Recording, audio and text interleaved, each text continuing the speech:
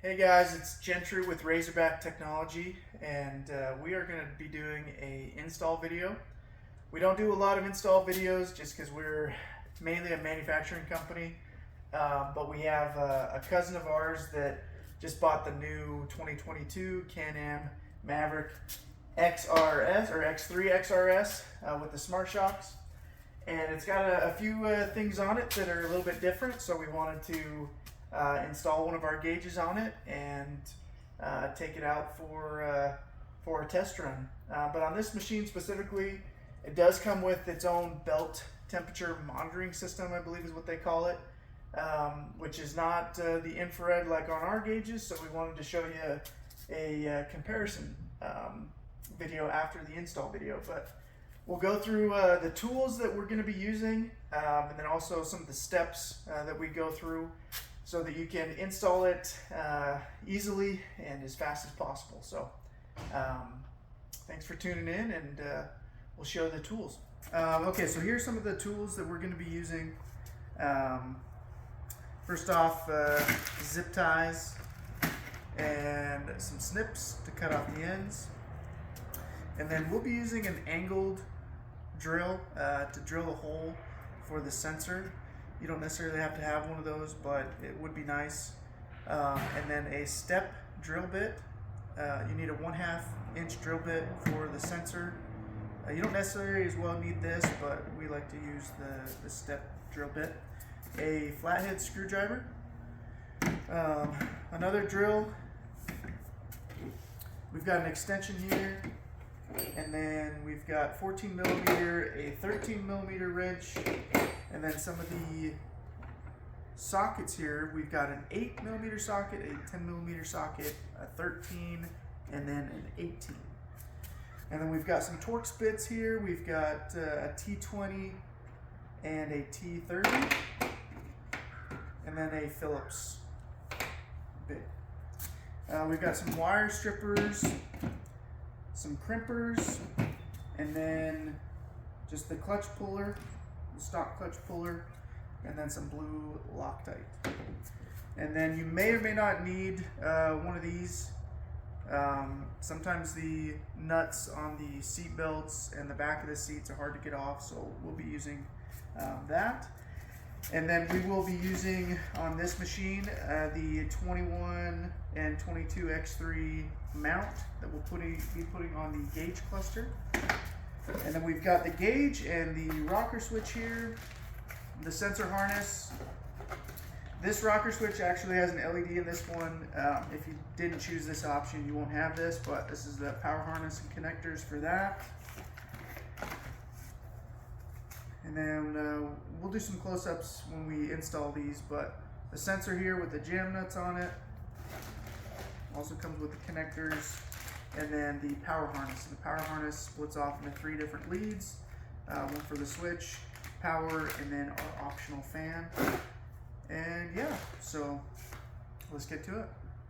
All right, guys, so step 1 is you want to get this passenger seat out to access the bus bar in the center console here. That's where we're going to hook up the key on power for the gauge. And in order to do that, this seat has 2 nuts on the back here holding the seat belt in, and then there's 2 nuts on the back of the seat, and then there's some nuts and bolts on these rails here, 1 on each side. And these bolts on these nuts on the back, they need the 18 millimeter, the seat belt, and then these back ones right here, and then the nuts and bolts right here are the 13 millimeter. So you'll put the wrench on the nut side, or actually it doesn't really matter, but you'll use the wrench and a socket to loosen those bolts up. So this bolt right here, and then there's one on the other side as well. And I've already taken one of these off. And when we remove bolts and nuts, we like to try and keep things together, so we'll put that nut back on there. So yeah, those nuts back there need to be removed. Now that we have the passenger seat out, we need to take these body panels off to access the bus bar right here in the center console. That has the key on power that we'll be connecting the gauge to. and then some body panels up in here so that we can funnel the harness up into there and it not be seen. And right here is where we're going to need the flathead screwdriver. There's 2 body clips right here that you'll need to pry up so that we can pop that body panel off. And let me show you, these will literally just pull off. And there's some clips on here that you want to make sure you don't lose, these blue clips, because they do easily come off, like this one. And yeah, so they come off very easily. But I might need to,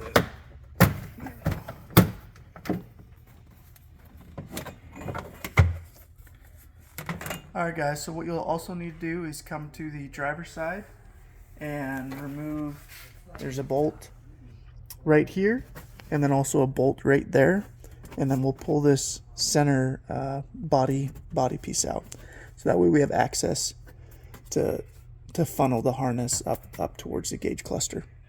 Next step we're going to do is our cousin wants the rocker switch in that location. So on these, on the back, there's a tab on the top and the bottom, and they should just push right out. No tools required.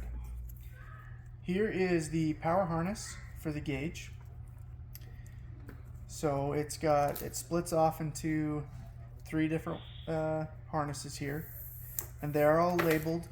And these are fairly long to accommodate different size machines, but on this one we'll be trimming a lot of these wires back.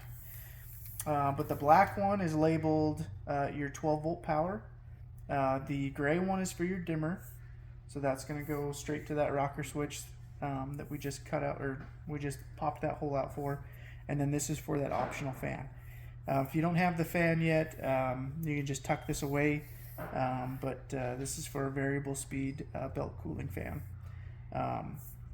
And yeah, so where these will go here, now that we have this center tunnel exposed, is this right here is where that power source is going to be. So this is normally on there. You can pop this off. So you've got 3 terminals. This bottom one is your key on power. This is your constant power, and then this is your ground. So for the gauge, we are going to be installing it to the key on power here, and then your ground. And then we'll run the wires up to where the gauge goes, and like I said, we'll be trimming a lot of wires back because we have quite a bit of wire. So on this specific machine, we're going to be installing the gauge on the left side of the cluster. So what we're going to end up doing is we're going to remove this Torx and this Torx bolt, and so we can flex this up a little bit so we can fit the harness right in through here and go straight to the gauge. Now that we have the power harness up here, we're actually going to run the sensor harness as well, just the same way, just so we can have the wires here ready. But for the sensor wire, on this particular one, we didn't start doing this until recently. So if yours doesn't have this 90, it's not a big deal, but we've made the harness have a 90 on one end. This is going to be for the sensor end. Just because of how the new sensor is designed, this is a lot easier for install. So we'll go ahead and run these wires up to here, and then we'll go to that point. Here's the dimmer switch harness. We've ran that through, and then we'll trim it once we figure out how much harness we have here. But we've ran that already, and then what I wanted to do is I wanted to mount the gauge to the cluster, attach these harnesses, and make sure that we've got the right harness length. So what you'll need is the T20 to get these bolts off here.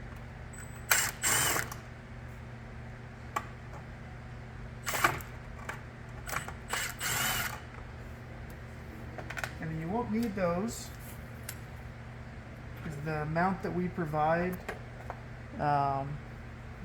some extra screws here, and they'll just go right on top of that.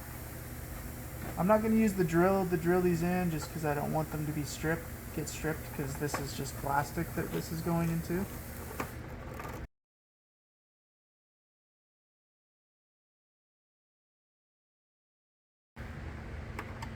make sure it's nice and tight.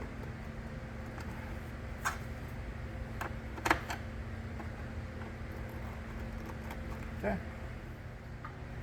And here's the gauge. We'll put this on. It comes with a knurled ring here. So this is basically your lock nut to secure this gauge on. If I can do this right. Am I going the right? I'm going the right way.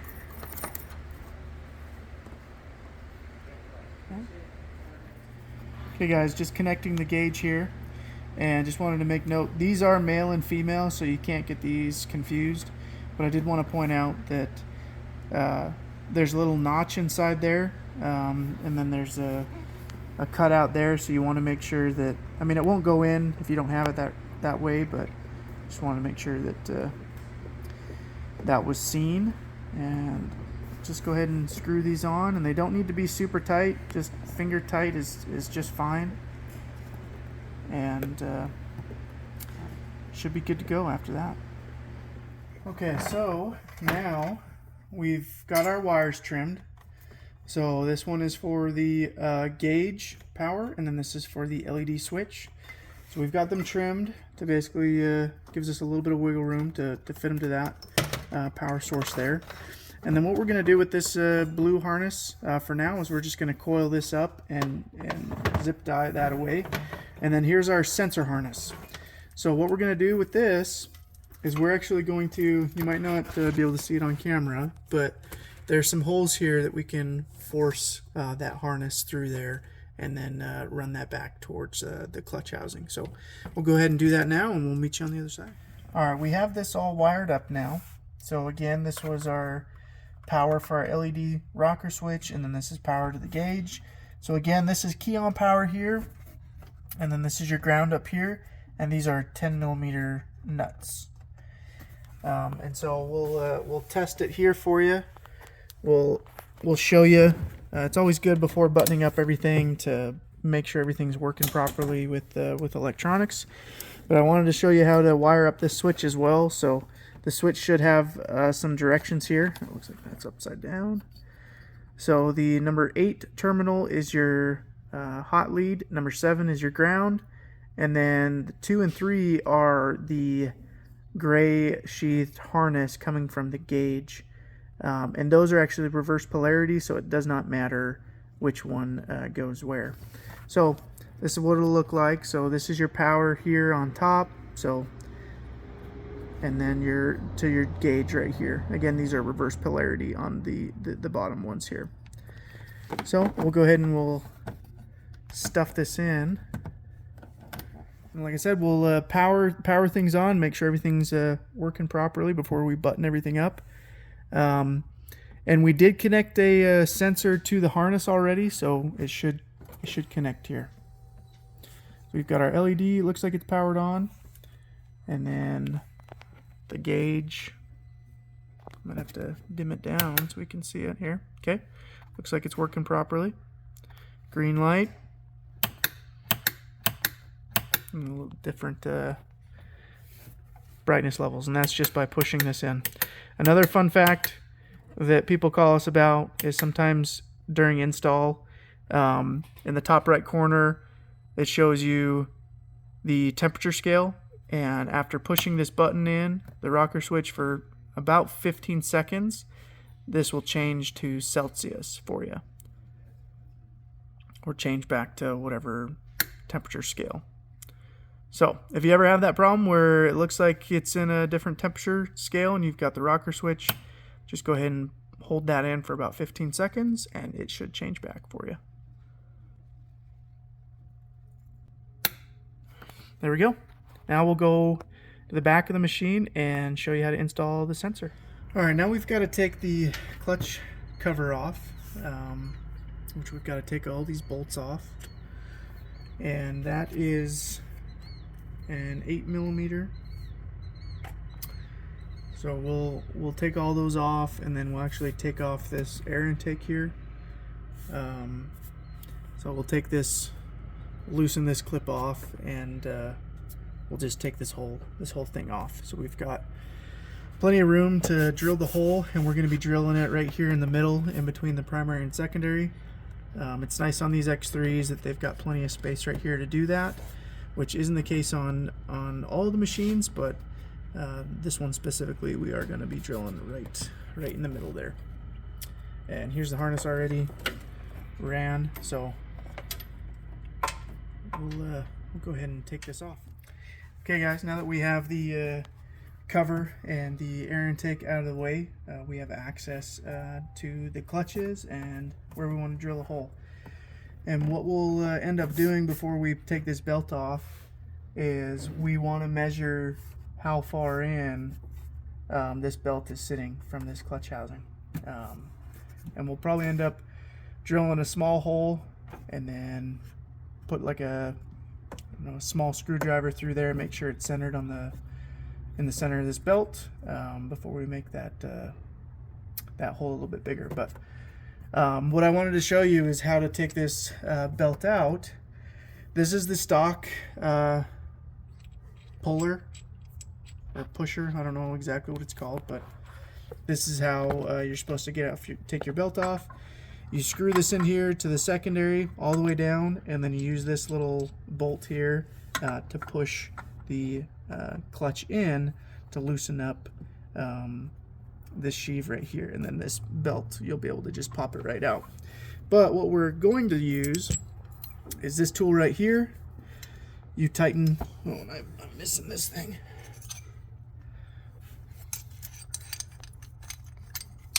This tool right here, you'll tighten that down on there, and then once that's good and tight, you'll actually pull this up like that, and it pushes that in for you.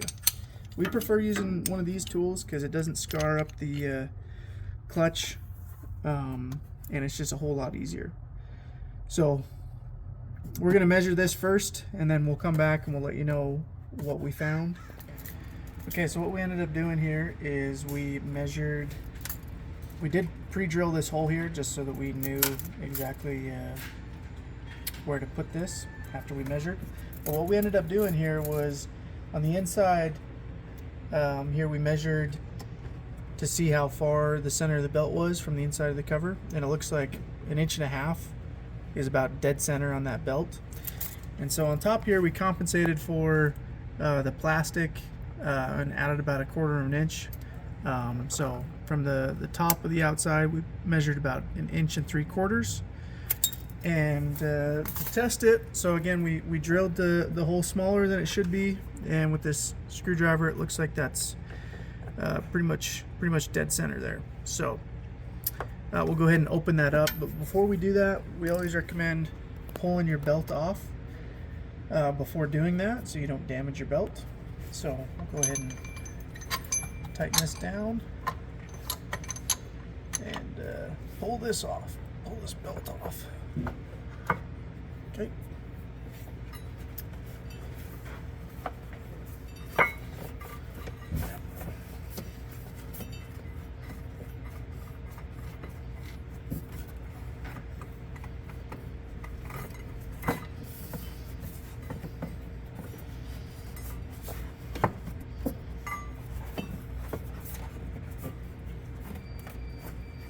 There we go.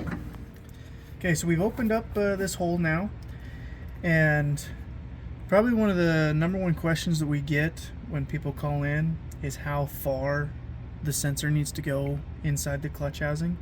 And it doesn't need to go any further than a couple threads exposed after the jam nut on the inside. And the point of that is just to make sure that this nut has enough meat on this thread to tighten down, because it doesn't need to be any closer than that. And that's to also limit any damage to the sensor if you do end up blowing a belt. You know, the further this is sticking in, the more likely it's going to get damaged if you do break a belt. So I've already kind of preset this. So honestly, it might even be a little bit too far in there, but we'll see what it looks like after we put this jam nut on there.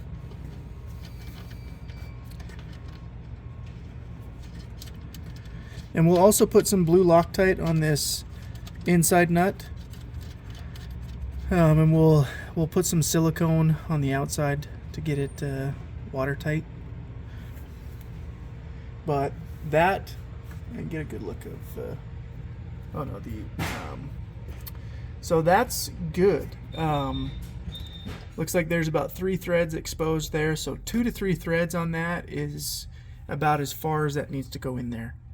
And then one other thing I wanted to point out here, it looks like this right here is the stock ambient belt temperature sensor. So this is just going to be measuring the air temperature in here.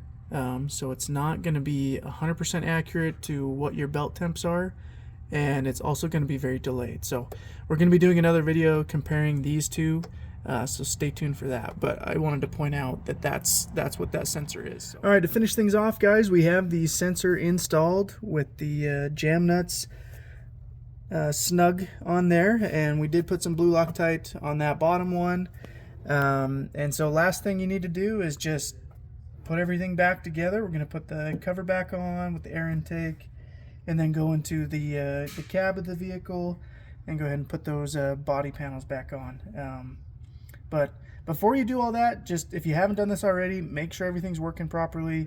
The worst thing in the world is putting everything back together and then your electronics aren't working the way that they should be. So make sure you test everything before you button it up, and then if everything's good, then go ahead and put everything back together and go for a ride. Thanks for watching, guys.